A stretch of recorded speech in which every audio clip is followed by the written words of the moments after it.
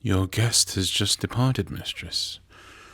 I saw them to the carriage myself, as you requested. He was rather enthusiastic about meeting the much-rumored heir of the de Lacy estate.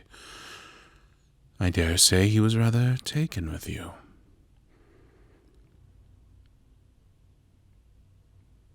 I agree. When he arrived, I believe he mistook your beauty for brainlessness, but you quickly cured him of that assumption, and with an impressive amount of restraint, I might add.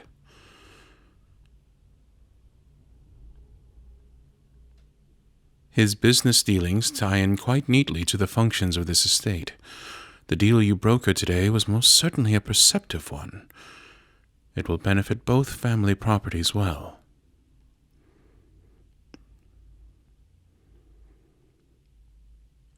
You have shown a great deal of strength and maturity today, mistress.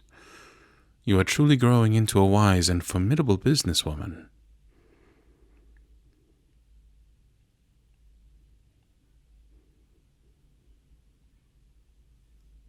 No, mistress. The gentry's derision is nothing more than a tactic to tear you down so they can crawl on their bellies like starving dogs to take a piece. The negotiation skills you exhibited today show that the Lady de Lacy is not an opponent to be taken lightly. Your composure today was quite suited to a person of your quality. I am pleased to see that your lessons have begun to take hold. As for the rest of the evening, shall I have Miss Holden ready your meal? I believe she has a fine selection of delicacies planned for you this evening.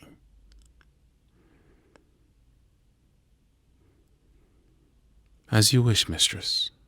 Will you be taking your supper in the dining room, or on the veranda, of course? Wherever you are most comfortable, mistress. If you will excuse me, I will see to the preparations. Wine? Yes, mistress, I will select an appropriate vintage for you to enjoy with your meal. If I may, little miss, you seem quite flushed. Are you feeling well?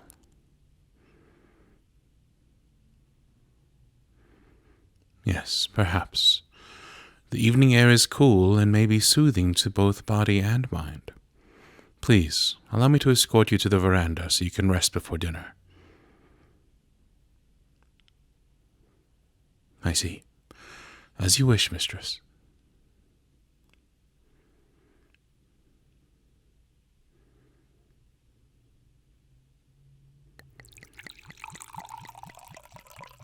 Here you are, mistress.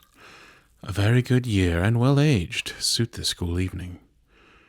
I've also brought some fresh rolls and cheese for you to enjoy with your wine while you await your dinner.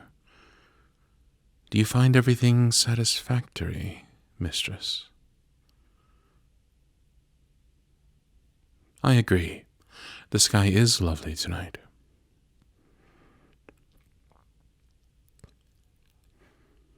I find I am particularly drawn to the horizon when twilight is approaching.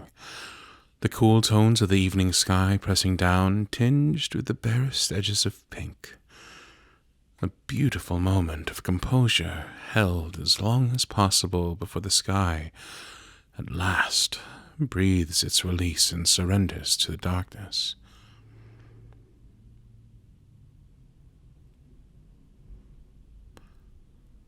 I must disagree, little miss.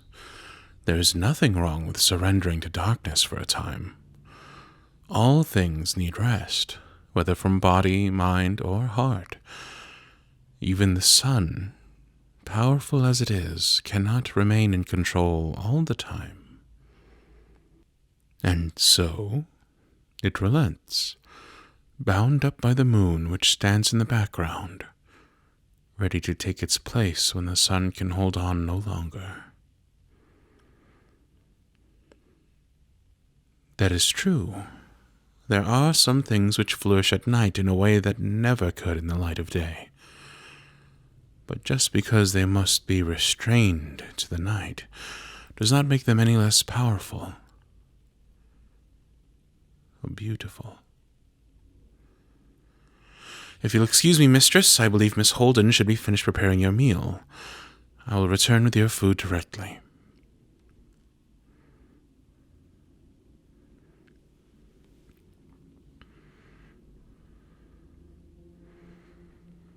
Are you ready for the next course, mistress? There's a lovely selection of butters and jams for your enjoyment this evening, should you wish. Though I am concerned that you hardly touched your meal. Was it not to your liking? You don't feel very hungry. You still seem flushed despite the cool air, and you have been quite restless this evening. Should I send for a physician to have a look at you? Perhaps he could get to the core of what is causing you such spasmodic behavior. No need, if you insist, mistress. But I do hate to see you suffer without alleviation. Yes, it is nearly time to retire for the evening.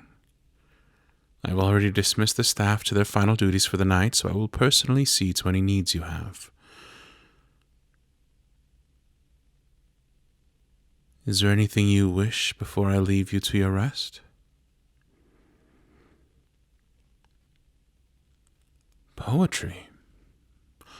It has been a long time since we studied poetry, mistress, but I don't remember you having a fondness for it. Is there a particular book you wish me to fetch for you? You have it with you.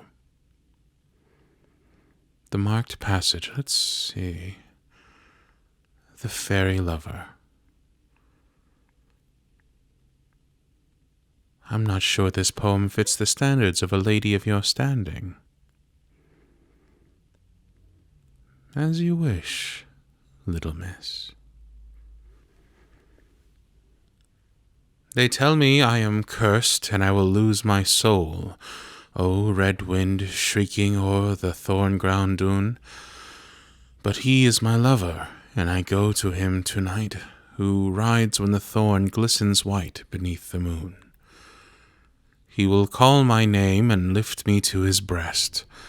Blow soft, O wind, 'neath the stars of the south. I care not for heaven, and I fear not hell, if I have but the kisses of his proud red mouth. A rather provocative choice of poetry, mistress. I can see that you are ready to retire. I believe you have completed your lessons and duties for the day, so I will have the maids draw the bath in your rooms tonight, before I send the staff to their beds. Perhaps, in your room, you will finally be released from the silken cord of responsibility that has you bound during the day.